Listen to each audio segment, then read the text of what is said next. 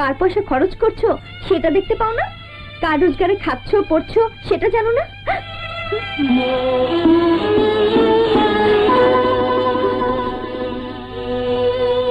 তোমার স্বামী রোজগারে খাচ্ছি পড়ছি, আমি তোমার দাসীবাদী, আমার স্বামী তোমার চাকর বাকর, এই না তোর মনের কথা? তাই এতদিন বলিস ঠিক কেন?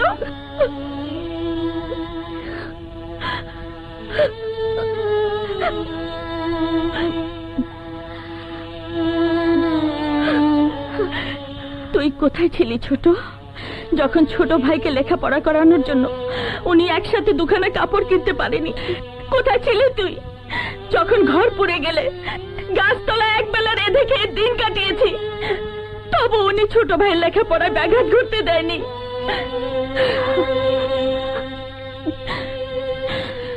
উনি যদি জানতো এই তোদের মনের কথা, তাহলে কখনোই হুকুরনল মুখে দিয়ে আর আমি দিন কাটাতে পারতো না। সেরকম লোক উনি নন। ওনাকে জানে তোর স্বামী, ওনাকে জানে স্বর্গের দেবতারা। আজ আমার ছুতো ধরে তুই ওনাকে অপমান করলি। ভালোই হলো জানিয়ে দিলি। সতী আত্মহত্যা করেছিল, আমিও দিব্যি দিচ্ছি পরের বাড়ি রেঁধে খাবো, তবে তোদের ভাত আর খাবো না। তুই কি করলি? তুই ওনাকে অপমান করলি। বড় বউ, বড় বউ, বড় বউ। ছি ছি ছি ছি, যে লোক নিজের বউ ছেলেকে খেলতে দিতে পারে না, তার গলায় ফাঁসি দেবার দলেই জুটে না কেন? কি হয়েছে গো? কি হয়নি তাই বলো। ছোট বউ স্পষ্ট করে বলে দিল আমি তার দাসী আর তুমি তার চাকর।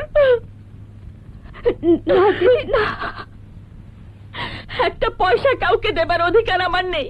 তুমি বেঁচে থাকতে আজ আমাকে এই কথা শুনতে হলো। আজ তোমার সামনে দাঁড়িয়ে এই শপথ করছি, ওদের ভাত খাবার আগে যেন আমাকে আমার ছেলের মাথা খেতে হয়।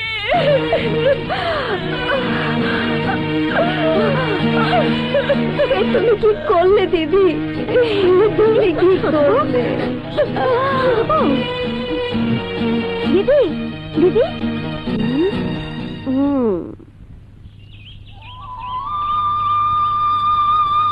ছোট বৌদিমণি, মালপত্র নেওয়া সব শেষ, আমি গেলাম, তোমরা সময় মতো চলে এসো।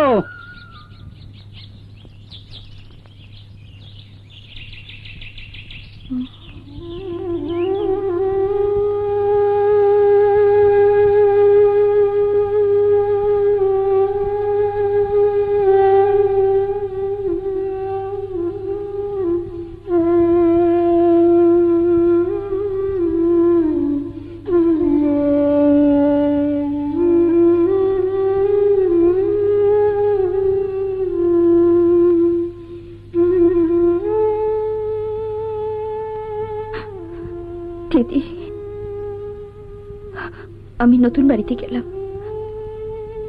তুমি বর ঠাকুর আর অমূল্যকে নিয়ে ও বাড়িতে এসো।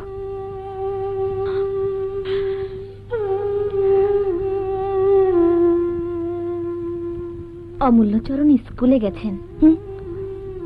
ও আসি দিদি।